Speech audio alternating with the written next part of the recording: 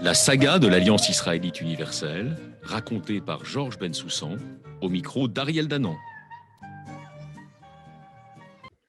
Bonjour, bienvenue dans un nouvel épisode de la saga de l'Alliance israélite universelle. Je suis heureux de vous retrouver comme chaque semaine en compagnie de l'historien Georges Bensoussan. Bonjour Georges. Bonjour Ariel.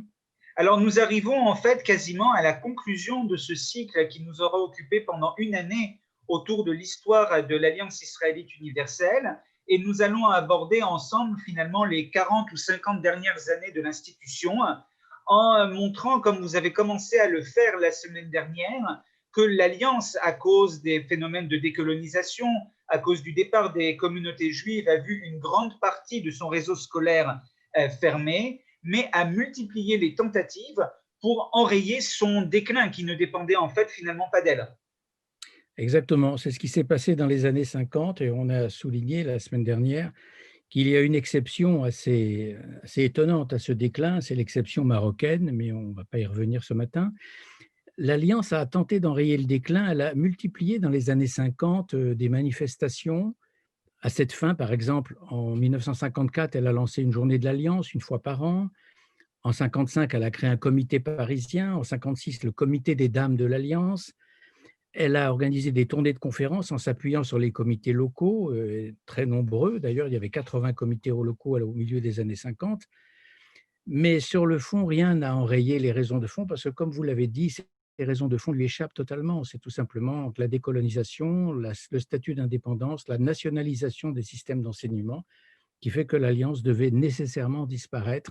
Et de surcroît, les communautés juives quittant ces pays d'islam, ces pays arabo-musulmans, il n'y avait plus évidemment le public auquel elle s'adressait traditionnellement. Alors ça, c'est le premier point. Le deuxième point, c'est qu'on est frappé de constater que jusqu'aux années 2000, en dépit des critiques qui avaient été émises même par le président Sylvain Lévy dans les années 20, le fonctionnement de l'Alliance change peu jusqu'aux années 2000. C'est-à-dire que le président est toujours nommé par le comité central, mais le plus important, c'est que la cooptation reste la règle et cette cooptation génère une endogamie sociale dont Sylvain Lévy avait dit tous les inconvénients dans les années 20, à savoir qu'il fallait renouveler, qu'il fallait s'ouvrir. Alors il faut noter qu'il y a eu de longues présidences de l'Alliance à partir de la Seconde Guerre mondiale qui ont marqué considérablement l'institution. C'est bien sûr la première d'entre elles, René Cassin, qui est resté 33 ans à la tête de l'Alliance jusqu'en 1976. Elle lui a succédé Jules Branchevik, de 76 à 85, et puis on arrive à une troisième présidence post-Seconde Guerre mondiale qui a beaucoup marqué l'Alliance, pas seulement par sa longévité, mais aussi par la qualité de la présidence, c'est celle d'Adi Steg jusqu'en 2011. Et aujourd'hui, c'est Mark Eisenberg qui dirige l'Alliance et un certain nombre de ses réseaux, y compris en Israël. D'ailleurs, je mentionne par exemple le réseau Kalita. Alors, est-ce qu'il y a eu des modifications de statut de l'Alliance importantes depuis la Seconde Guerre mondiale? Il y en a eu deux importantes. En 1975, l'Alliance devient un établissement d'utilité publique, ce qui suppose évidemment des conséquences importantes sur le plan financier et fiscal. Et en janvier 2000, dans la mesure où l'Alliance est déjà devenue un établissement semi-public, en janvier 2000, il faut l'approbation du Conseil d'État pour changer l'article 1er de la charte de l'Alliance. Et qu'est-ce que signifie ce changement? C'est simplement que l'enseignement du judaïsme, dans l'article 1er, passe avant la promotion des droits de l'homme. Si on se réfère à la charte de 1860, on s'apercevra que les droits de l'homme passent à cette époque-là avant l'enseignement du judaïsme. Alors, quand on a dit d'un commun accord que l'Alliance n'a cessé de décliner depuis le début des années 50, pratiquement jusqu'à nos jours, c'est aussi qu'elle a eu à faire face à des problèmes financiers récurrents dont elle a eu beaucoup de mal à se remettre et dont jusqu'à aujourd'hui d'ailleurs elle se remet à peine. Et malgré les aides, elle a beaucoup été aidée dans le sillage de la Seconde Guerre mondiale, de la Claims Conference et des réparations qui ont été versées. J'avais signalé dans une émission précédente les accords du Luxembourg en 1952, versés par l'Allemagne fédérale, dont l'Alliance a eu sa part. Bien, malgré l'aide de la Claims Conference, malgré l'aide du Fonds social juif unifié pendant un certain temps, malgré l'aide du Quai d'Orsay. Alors pourquoi le Quai d'Orsay? Parce que l'Alliance, dans la mesure où elle contribue à l'enseignement du français à l'étranger, contribue au rayonnement du pays, et donc c'est pour cela que la diplomatie française vient à son secours, malgré l'aide aussi de la collaboration avec l'État français. Je signale par exemple que c'est cette collaboration avec la République qui explique qu'en 2007, tout près de nous, l'Alliance a pu ouvrir son collège-lycée à Mikvé Israël, Raymond Leven, qui connaît un succès important. Alors, d'où vient l'argent en dehors de ces aides d'institutions? Il vient beaucoup des dons, beaucoup de legs. Il ne faut pas compter sur le réseau des adhérents, à peine 2000 adhérents dans les années 2010. La cotisation est très modeste. Non, c'est plutôt du côté des héritages, des dons et des legs que l'Alliance reçoit une aide substantielle. Pour l'essentiel, voilà en tous les cas.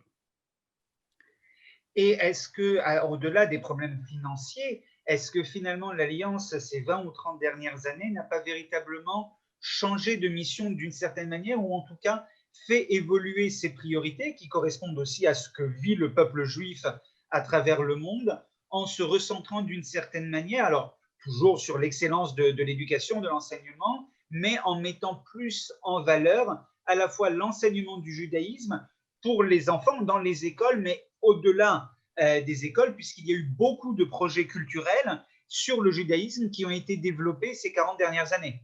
Tout à fait. C'est le grand recentrement, je dirais, d'après la Seconde Guerre mondiale et même davantage, comme vous l'avez dit, des 40 dernières années. C'est beaucoup plus récent que cela. C'est-à-dire que l'Alliance se recentre sur l'enseignement du judaïsme et pas sur la mission humanitaire, pas sur la mission caritative, pas sur la mission d'enseignement et pour cause. Son réseau scolaire se réduit aujourd'hui pour l'essentiel à 2 pays. Mais il ne s'agit pas seulement de former des maîtres, il s'agit également de former les futurs cadres des communautés juives, et en particulier avec l'arrivée massive d'une grande partie du judaïsme d'Afrique du Nord en France, l'Alliance a été obligée de recentrer sa mission. On peut dire que dans cette recentration, dans ce recentrement, pardon, dans cette rejudaïsation profonde de la mission de l'Alliance, s'inscrivent un certain nombre d'initiatives, comme par exemple en 1956, en alliance avec les presses universitaires de France, elle a lancé une collection d'ouvrages dédiés au judaïsme, la collection Sinaï. En 1957, elle a lancé le colloque des intellectuels juifs de langue française. Il y a eu également tout un redéploiement en direction de l'enseignement du judaïsme et de l'hébreu à partir des années 60, à travers de nombreuses publications, dont certaines, la plupart n'existent plus aujourd'hui, mais on peut mentionner les nouveaux cahiers jusqu'en 97, les cahiers du judaïsme à partir de 98. On peut mentionner le Collège des études juives dans les années 80, lancé en 86, qui n'existe plus non plus aujourd'hui. Et puis surtout, quand on dit un enseignement recentré autour du judaïsme, il faut préciser ceci. L'enseignement religieux dans les écoles de l'Alliance à partir des années 70 a énormément augmenté puisqu'il est passé de 4 heures à 8 heures hebdomadaires. Et puis on ne peut pas oublier non plus le recentrement autour de l'hébreu, et on avait parlé la semaine dernière de l'école normale hébraïque de Casablanca en 1953. Alors tout ça nous oblige aussi à dire un mot de l'ENIO. L'ENIO a connu également un ressourcement à partir de 1946 quand elle a réouvert ses portes avec comme directeur Emmanuel Lévinas. Et là aussi, la mission a été le renforcement de l'enseignement juif. D'ailleurs, avec une nouveauté, c'est qu'en 1974, l'ENIO ouvre une section spéciale hébraïque pour former des instructeurs de Talmud Torah. Alors, à noter un dernier mot sur l'ENIO, on sait qu'elle a été déclarée d'utilité publique en 1880 sous la Troisième République. Eh bien, en 1973, cette fois, elle est totalement prise en charge par l'État. Et alors, ça tombe d'autant mieux qu'à partir des années 80, pour des raisons qui n'entrent pas dans le cadre de cette courte séquence aujourd'hui, la demande d'écoles juives gonfle énormément. Je rappellerai d'un chiffre simplement pour nos auditeurs, qu'on est passé de 8000 élèves dans le réseau scolaire juif en 1978 à plus de 30 000 aujourd'hui. Merci beaucoup, cher Georges Bensoussan, pour ce long parcours de plus d'une année autour de l'histoire de l'Alliance israélite universelle. Et je rappelle que vous avez publié aux éditions Albin Michel l'Alliance israélite universelle 1860-2020, Juifs d'Orient, Lumière d'Occident. Merci encore. La saga de l'Alliance israélite universelle, racontée par Georges Bensoussan, au micro d'Ariel Danan.